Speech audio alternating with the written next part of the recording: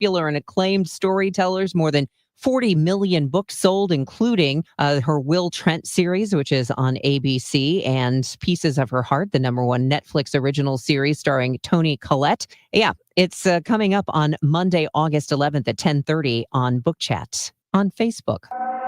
This is the Verizon Extra Innings Show. Verizon, the most reliable 5G in St. Louis. 2-1 pitch here for Carroll. He swings and pops it up. This could be the game. Just to the right of home plate, under it, Pozo. He makes the catch for a Redbird winner. Light up the night in downtown St. Louis on Brendan Donovan's pinch double, driving in 2 in the bottom of the 8th. The Cardinals came back to beat the Rockies 3-2. That's a nice win for the Cardinals tonight, a game where for much of the contest it felt like they were missing out on opportunities, leaving a lot of runners on. They let the Rockies stick around for a while. None of that was especially good, but then eventually, after the Rockies would take the lead, eventually they would find themselves in a spot where they were able to take the lead thanks to Brendan Donovan. He comes up as a pinch hitter, and he comes through in a very big way, and the Cardinals come away with the victory tonight over the Colorado Rockies by a 3-2 score. Welcome in. This is the Extra Innings Show right here on KMOX. My name is Matt Pauley, continuing to come your way from Busch Stadium, where the Cardinals are now 1-1 away in this series from winning a third straight series. The Extra Innings Show is presented by Gray Bar. Gray Bar is your distributor for electrical and datacom needs. If you want to join in on the program, you can do so by calling or texting. The phone number to call or text, it's 314-436-7900, 314-436-7900, or you can tweet at me at Matt Pauley on air, MattPauley on air. And for those of you who are watching us on the video stream, you can just leave a comment in the chat, and we will get to that like Peter did. Let's start with that. Peter sends in a message and says, I hope the Cardinals can start a new winning streak for the rest of the season. What are the odds for our team to make the playoffs? They're not great, Peter. And I don't think the door is closed. They are 3 games back of a wild card spot, thanks in large part to a very good Mets team all of a sudden playing some not so great baseball where they've lost 7 in a row. And see, I think it's 11 of their last 12, if I remember that correctly. So the analytics sites, and I'm not trying to start this on like a low note, but the places that do the analytics on playoff probabilities, depending on where you're looking, the Cardinals have between a 3 and 6% chance of being a playoff team. But you know what? If they just go out, keep winning games, keep winning series, let the chips fall where they may, you never know. So tonight, the Cardinals gain a half game on the Mets because the Mets were not playing, and they gain a full game on the team in front of them, the Cincinnati Reds, because the Reds lost to the Phillies 4-1. So every day you have days like this where not only do the Cardinals win, but other good things happen. That just increases any probability that that they have of being a playoff team. I knew this type of message was going to come in. I'm glad Sam's in here because it was something we were certainly going to talk about on the show. So now I can do it as an answer to a question. Sam sends in a message and says, nice win for the Cardinals. Do you think they should use Sajaci at third base with Arenado out because Gorman isn't cutting it there? Nolan Gorman is not playing a good defensive third base right now, right? Like, I'm not breaking any news when I say that. It's a defensive struggle for him, and it's impacting the game. It is today. It had a profound impact on this game. It had a profound impact no matter what, but the impact exponentially more profound if they don't come back and win this game. I'm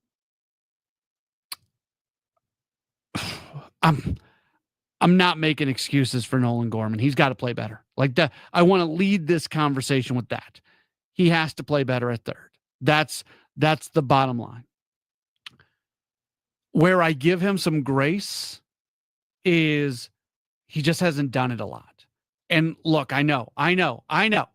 There are players who have not played a certain position and they go to that position and it looks okay right away. I get it.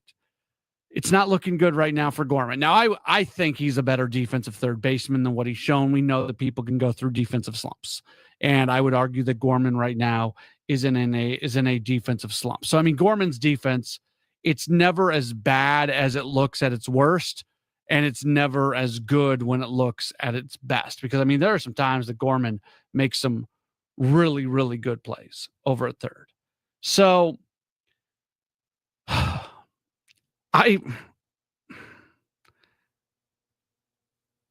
think this team has to get Gorman in the lineup more often than not.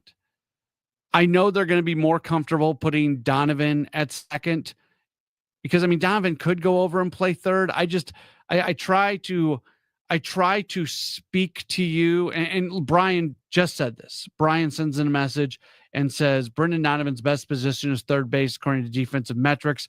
I'd move Gorman back over to second. If they do that, I'm fine with that. You won't see any pushback from me whatsoever. And maybe that's something they do in the short term while Gorman is kind of going through this defensive slump. I don't expect, I'm wrong on stuff like this sometimes for sure. I don't expect them to do that. I think they are most comfortable with playing Brendan Donovan at second base. I think that's where they want Donovan. They'll put him out in the outfield occasionally. It feels like third base is a spot where they only put him there when there's a real necessity. And also, I realize the team is 3 games out of a playoff spot and these games matter. But if you're looking to next year, part of what you got to figure out is if Gorman can be an everyday third baseman. And right now, the way the defense is playing, it feels like the answer to that question is no. But I'm going to sit here and say he hasn't played a lot at third in the big leagues. I know he came up as a third baseman in the minor leagues. I'm well aware of that, but he's not played a lot of third base. I would like to see him be given an opportunity to get more comfortable over at third. And I don't know what that looks like. I don't know how he gets there. I'm not making excuses for his defensive play. It has really been a struggle for sure for him at third. So speaking of struggles, like I'm having a hard time talking through this because I'm torn between hey, these games matter because they do. And also I'm captain, like, don't overvalue defense over a guy who can impact you from a hitting standpoint, right? Like I'm always the guy who says, okay, a subpar defensive player is going to maybe not make a play that a better defensive player is going to make like 1 or 2 times a week. Are those couple plays worth not giving a guy 4 plate appearances a night? And generally I veer to and that's not me being dismissive of the impact of defense. It's just, to me, what you're going to get from a player offensively is going to be a lot more important than what you're going to get defensively. That being said, right now, it's enough of a struggle for Gorman at the moment that even me having that belief that I take forward, I kind of pump the brakes on that because of what we're seeing. But I don't want to make these big definitive statements because I think Nolan Gorman is a better third baseman than what he's showing right now. That's kind of where I'm going with this. That was a lot of words to say something that I was trying to get to. So the question about using, and I like Thomas Saggese a lot. Saggese had a nice game today. This is not an anti-Saggese thing. I hope they continue to find more and more time for Saggese. He goes 3 for 4 today. That was good to see. His batting average is about back to 260. But for me, there's so much more value in continuing to give opportunities to Nolan Gorman and Jordan Walker. Like those are the 2 guys. So if it's a question between Saggese being in the lineup or Gorman being in the lineup, I still lean towards Gorman just because of the value of playing him. That's not a dig at Saggese at all. I'm a big Thomas Saggese fan, and I think he's going to be a pretty solid big leaguer for the long term, and I'm glad that he's in the Cardinals organization. Let's go to Henry, who sent in a message, says, fantastic win for the Cardinals. They pick up a half game in the playoff race. This team, night in and night out, showing they can contend. A win is a win, especially another comeback Cardinals win. Yeah, a win is a win. Like we don't want to completely cover up the things that happened in this game. If they would have lost this game, this would have been a terrible loss, right? If they would have lost this game, it would have been a terrible loss. It would have been a game against a not so good Colorado Rockies team that you left 2 runners on in 3 consecutive innings. Clearly and obviously, this would have been a bad loss. It turns into a pretty good win because it comes to a comeback win. So the tone of this show is very, very different. And to Jeremy's point, Brendan Donovan to the rescue. Man, that's just a great moment. Like there's moments in a season that you remember, and that Donovan hit today, I asked him about it in the post-game interview. I can't imagine what it's like. Pinch hitting is hard. Pinch hitting is really, really hard. It takes a special kind of ball player to be a really good pinch hitter. And to come in and pinch hit, not just at all, but to do it where you haven't been in a game in a few days, man, that's tough. And to take a solid at bat the way Donovan did, and he's always going to give you a really solid at bat. That was it was a cool moment. I was really happy for Donovan, and hopefully maybe the few days off kind of revitalizes him, gets him a little bit healthy, and helps him get going once again. 314-436-7900, 314-436-7900. A few of the text messages that have come in. Teresa sends in a message saying, welcome back, Brendan Donovan. I wasn't sure if we do this. We left so many on base. Way to go. A win is a win. Yeah, the ugly number for the Cardinals today is they leave 9 runners on base and they go 3 for 13 with runners in scoring position. Again, they win, so that doesn't matter as much because it doesn't impact the game as much. But Teresa's right. Left way too many runners on base. You'd really like to see them come up with some more hits. Thank goodness for Brendan Donovan. He was able to fix that with one big swing of the bat. Our guy Ball Game sends in a message, says the 61st, because they win their 61st game today, the 61st tip of the gap and raise the glass for the first time this year goes to Cardinals manager Oliver Marmol. I was barking at my radio to pinch run when he pitch hit Donovan for Pajes. That's managing. Good way to start the series. Garrett Hampson, I hope you heard Ollie's post-game chat today, because he went through all the moving parts of that move, both the pinch hitting of Donovan and the pinch running of Hampson, and then even the pinch hitting of Pozo, although that didn't matter as much because Pajes has already been pinch hit for, so Pozo was coming to the game one way or another. But Hampson was going to have to go in to play center field. If Scott came out, they wanted to be careful to put Donovan in the field for how long he would have to be in there. I mean, there was just a lot of moving parts to that. And I know I say a lot of good things about Oliver Marmol because I really like the guy and I think he's a good manager, but that's one of the things I appreciate about him. Maybe he'll get into this a little bit more tomorrow afternoon when he does his 12 noon hit on the Gas House Gang for half hour, 35, 40 minutes with Tom Ackerman, Chris Ranji, and Bernie Miklasz, because those are the sort of things that a lot of different things are having impact on other things, and you got to just make sure that you're whole at the end of it. And that was, that was what he did today. So good on him. One of our people watching on the video stream, so sad, 4545, says JJ Weatherholt at third. I want to be careful on this one because I haven't seen Weatherholt play third base. I haven't seen it with my own eyes. So, but I've talked to a few people. Some people have said, hey, he looks good at third. I've heard other people say third is not going to be his position from an arm strength perspective. That's not a spot for him. I haven't seen it myself, so it's hard for me to comment on it right now. But I don't think Weatherholt at third is the obvious answer. But maybe it is. Maybe it is. And maybe he just has to play into that as well. But again, I talked earlier about Gorman kind of playing into the third base position as well. All right, Cardinals get the win by a 3-2 score. Again, if you want to chime in, you can do so by calling or texting 314-436-7900. That's 314-436-7900. That's how you call. That's how you text. You can tweet at me as well, at Matt Pauley on air, or leave a comment on the video chat for those of you who are watching on the stream.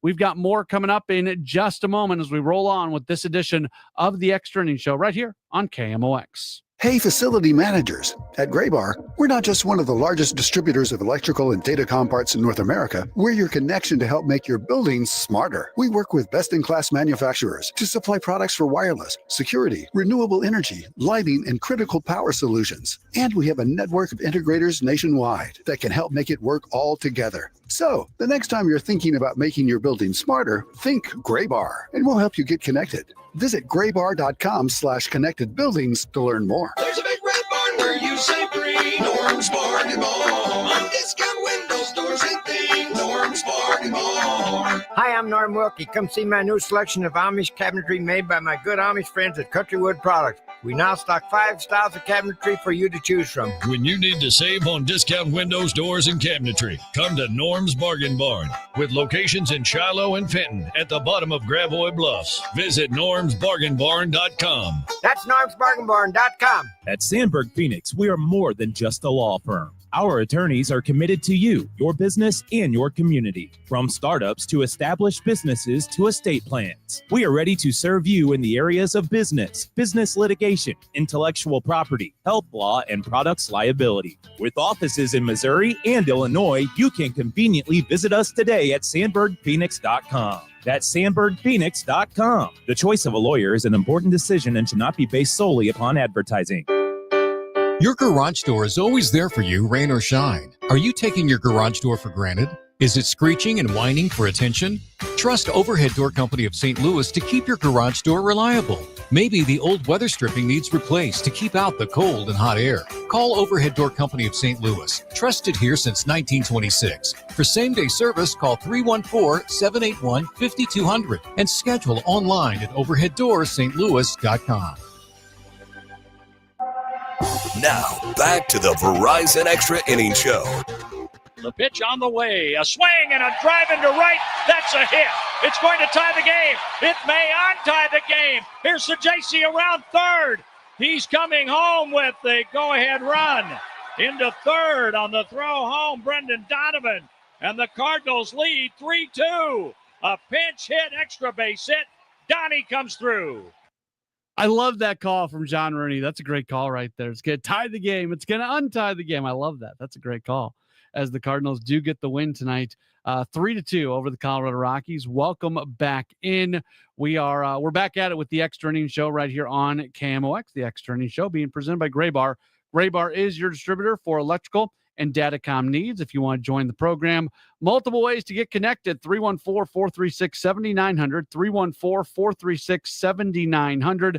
That's how you call. That's how you text. You can tweet at me at Matt Pauley on air, MattPauley on air, or leave a message on the video chat. Steve sends in a message saying the starter for the Rockies was their first round pick. If he played somewhere else, he would have a lot better numbers, and playing in St. Louis helped him out. Yeah, he had just gotten called back up from AAA Albuquerque. He still got a 6.35 ERA. And we're talking about Chase Dollander, who's I think is going to be a pretty good pitcher here in Major League Baseball. You always have that asterisk of a guy who's going to play in Colorado because we know that can eat up pitchers. But you compare his home and road splits. This includes his action tonight at Coors Field in Denver, a 9.37 ERA. Away from Coors Field, he has a sub-4 ERA, 3.95. So Steve makes a good point. Sometimes the numbers don't completely tell the story. Him coming in with a +6 ERA is largely connected to the fact that he has not performed well this year at Coors Field. Text message from the 618 says, good win for the Cardinals. These are the kind of games they need to win. Not every win's going to be obvious. Gorman at third has to be better, but in fairness, he's following Arenado. Yeah, he was never going to be Nolan Arenado defensively. Nobody on this team is going to be Nolan Arenado defensively. The question is, can somebody be good enough at third that the offense more than makes up for it? Because Arenado, and we'll see if he comes back this year or not. He's going through some rehab stuff down in Jupiter. He's having a tough offensive season. He's not bringing he'll get a big moment here and a big moment there, but it has not been a good offensive season for him.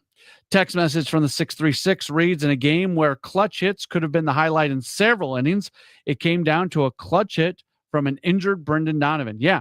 And I didn't get this, and maybe they're not being quite as, being totally honest with things, but just, talking with Donovan in the post game where he told me he showed up to the ballpark today with an expectation that he was going to play at some point. Well, that expectation, it certainly did come through. Something that gets lost a little bit in this game. It's a milestone for Victor Scott II. He has 2 stolen bases. He gets past the 30 stolen base plateau. He now has 31 stolen bases, and he spoke a little while ago inside of the Cardinals clubhouse.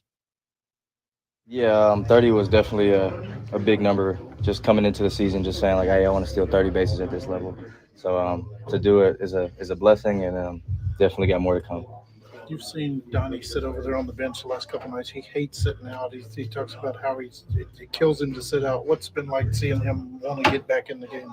Yeah, I mean, he's such a competitor, man, and he just wants to help the team out. So that was a pretty special moment for him to be able to get up in that situation and to be able to hit that triple right there. I mean, that's sick.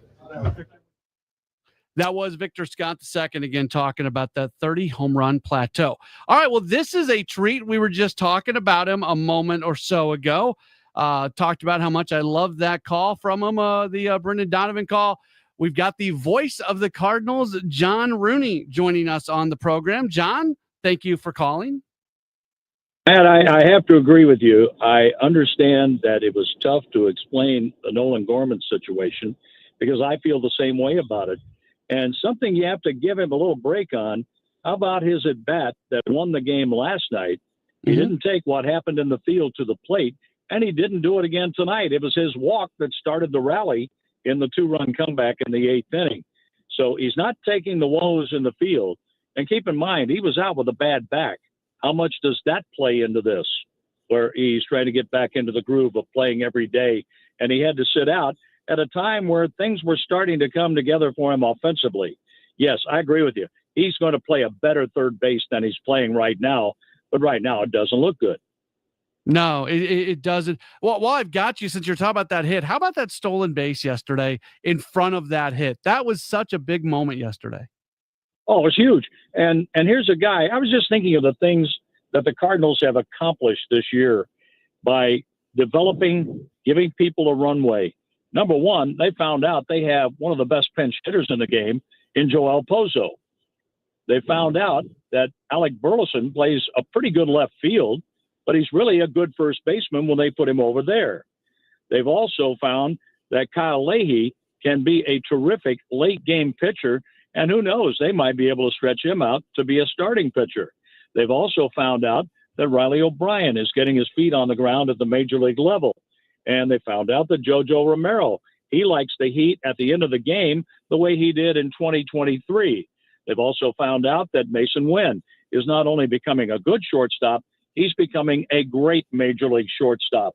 So those are some of the things that they've been able to do. And when you're talking about development and Jordan Walker coming on to play a much better outfield this year, that's a giant step forward. And the way he has approached his at-bats since coming back from the injured list, he looks pretty good in there. So I think there have been a lot of positive things that have happened and things that you can build on, where Oliver Marmol was able to make those moves tonight to come back against a team. You let a team like that hang around, they're going to beat you. And I'd really be afraid if I were the Giants or the Padres or the Dodgers in September having to play the Colorado Rockies with meaningful games, either win a division or get a spot in the postseason, because I think they're going to have something to say about it. And the way their starter worked tonight, he was impressive. Yeah, he was. And I mentioned his home road splits earlier. He's a completely different pitcher when he's not pitching at Coors Field. And we've seen that story play out before, John. Oh, we have. But I liked his fastball and his curveball. Even though the Cardinals left a lot of runners on base, that meant they had lengthy at-bats, got the pitch count up, got him out of the game, and their bullpen did a pretty good job up until Mejia gave up the walk, so JC got a hit, and then Donnie's hit brought in 2 runs and turned the night around. But it was great to see Brendan Donovan get back in there and have a big swing, because things haven't gone all that well for him, and probably a nagging condition with the groin problem that has played into it. But he hadn't been hitting the way he did before the All-Star break, but he sure did, and that at bat tonight to win the game. Last thing for you, we really appreciate you calling. This is a lot of fun. I appreciate this. That it's so challenging to pinch hit, just period, John. I can't imagine Donovan coming up in a pinch hit situation. He hasn't played in a few days, and to come up in that moment and still put together that kind of at bat, that's why this guy's one of the leaders on this team and why he's an all-star. And I love Miles Michaelis saying he finally got off his backside and got into a game after a few days vacation and delivered a big hit tonight. But I remember talking to Hal McRae back when he was a designated hitter for the Kansas City Royals and later a hitting coach for Tony La Russa and the Cardinals. McRae said it was tough enough to be a DH, where he had to stay loose, had to ride the bike, run up and down the runway between the dugout and the clubhouse to try to stay warm and ready for each at bat. Well, that's what a guy has to do coming off the bench, like Bozo has done so well. Donovan had to do it tonight after being on the bench, not only for this game, but for several games leading up to it. And then to come in there cold and get behind in the count the way he did. This guy's a gamer. He's a ball player. And that's what I think is Cardinal fans, and I appreciate in Brendan Donovan, that's what he brings to the stadium every day. Whether he's 0 for 4 or 4 for 4, he gives you a big league effort, and he's a big league ball player. John, this is a really pleasant surprise. Thank you for calling. Thanks for adding the context on Gorman. Bringing up what happened yesterday is a really good point to make on his situation right now. So appreciate it. Safe travels, and we'll see you at the ballpark coming up tomorrow. See you tomorrow, man. All right, very good. That's the voice of the Cardinals, John Rooney, joining us. That's awesome. That's I always enjoy being able to talk to him. And really, I sat in the booth a little bit more tonight than I did tonight. And I was sitting there, I just realized how blessed I get to be to sometimes just sit behind those guys and literally watch the game and have it in front of me and have their voices tonight, John and Claves, have their voices in the room with me as I'm watching the game play out in front of me. So I'm very, very blessed in what I get to do in a lot of different ways. And that certainly is a big part of that. Henry sends in a message after John gives us a call, says, John Rooney's nothing but first class. Love the constant listing of facts that have made this season so fun. John and Rick are the best in the sports business. You guys are my Jack Buck, which obviously there may be no greater compliment to a broadcaster in St. Louis than that one right there. Continuing to talk with you through this game tonight. Cardinals do get the win as they knock off the Colorado Rockies, winning by a 3-2 score. Again, if you want to chime in here, you can do so by calling or texting 314-436-7900, 314-436-7900. Tweet at me at Matt Pauley on air, or leave a comment in the video chat. We really haven't spent that much time talking about Miles Michaelis, and we probably should, because Michaelis, that's as good as we've seen him in a while. He pitching into the 7th inning, that's not something he has done in quite some time. So for him to be able to do that, he kept his pitch count really in check. They trusted him as he continued to face that Rockies order a few times through. This was his longest start to a game since he went 6 no-hit innings against Pittsburgh back in June of 2024. And he's a guy who's pitching at a pretty high level at home recently, has a home ERA of 1.92 over the course of his last 5 starts. Let's go through some of the other fun numbers from this game today. Thomas Jacey has 3 hits. That was a career high. He's now hit safely over his last 5 starts. For Brendan Donovan, the game-winning RBI with the 2-run pinch hit, double there in the 8th inning. He had the first pinch hit go-ahead RBI in the 8th inning or later when the team was trailing, since Alec Burleson drove in 2 runs on a fielder's choice ground out to second baseman that scored Wilson Contreras and Nolan Gorman at Boston off of Kenley Jansen. That was back in May of 2023. Alec Burleson gets his 3rd multi-hit effort over the course of his last 5 games. During that period, he's hitting 350, 7-4-20. We were listening to Victor Scott II before we talked with John Rooney. So Scott gets to his 30th and 31st stolen bases of the year. He's tied for the 2nd most in the National League, and he now joins Tommy Edman in 2021 and 2022, and also Edgar Renteria in 2003. as the only Cardinals players to swipe 30 bags since 2000. Isn't that something? Isn't that something? We think about all the great base stealers in the history of the St. Louis Cardinals, and since 2000, Tommy Edman twice, Edgar Renteria once, and now Victor Scott II are the only individuals to have 30 or more stolen bases in a season. It's tough. It's tough to do it, and it's a tad bit. It's marginally easier now with the larger bases, but I really don't think that makes much of a difference at all. It was also his fourth multi-steal game of the season.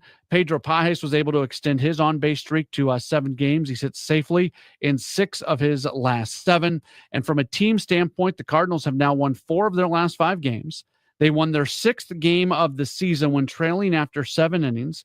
They've won back-to-back games for just the 3rd time since the All-Star break. Stole 4 bases, second most in a game this season, and they've held the Rockies to 2 runs or fewer in each of the last 3 wins against Colorado and 4 of their last 5. We also heard from Cardinals manager Oliver Marmol when he was speaking with the media after the game that Lars Nootbaar left the game due to a left knee contusion. X-rays were negative. He is considered day-to-day. That's good news on Nootbaar.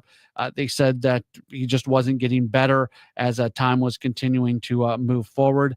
And if nothing else, it gave him the opportunity to get Jordan Walker in the game. Walker didn't start today, but he gets in there and he plays. He ends up going 0 for 1 as he came in as the replacement for Nootbaar in this contest tonight. But all in all, that's a good win. That's a good win for the Cardinals tonight as they're able to come back and defeat the Rockies by a 3-2 score.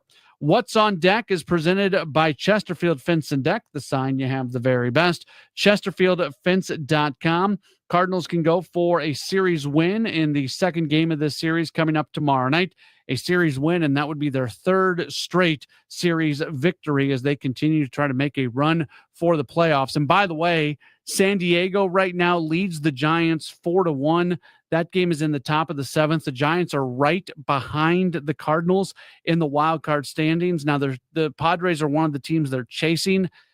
They're 6 back of the Padres, and the Padres really got a lot better at the deadline. So that might be a tough team to catch. So this might be one where San Diego winning and pushing San Francisco down a little bit to just get them a little bit more distance away from the Cardinals might be the preferable outcome. I don't know. I was talking with Daniel Henkamp, our producer, about that earlier. It's hard to decide which scenario is the better scenario for the Cardinals, the Padres losing or the Giants losing. But it is a 4-1 Padres lead right now in the 7th inning. Anyways, back to what's going to be coming up in tomorrow's game. The Cardinals are going to send left-hand pitcher Matthew Liberatore to the mound. He's 6-9 with a 3.98 ERA, while Kyle Freeland, a left-hander, he is going to make the start for the Rockies. He is 2-12 with a 5.53 ERA, another 6:45 first pitch. So our coverage is going to begin at 5:50. Thanks to everybody who has tuned in to the program tonight. Thanks for our surprise guest, and that was a lot of fun. The voice of the Cardinals, John Rooney, gave us a call just a few moments ago, and we appreciated being able to talk to him for a few moments. And you're going to hear a lot more of him coming up tomorrow for Cardinals baseball. So don't forget Oliver Marmol at noon tomorrow during the Gas House Gang. We'll talk to you for a lot tomorrow right here on KMOX. The following program has been pre-recorded.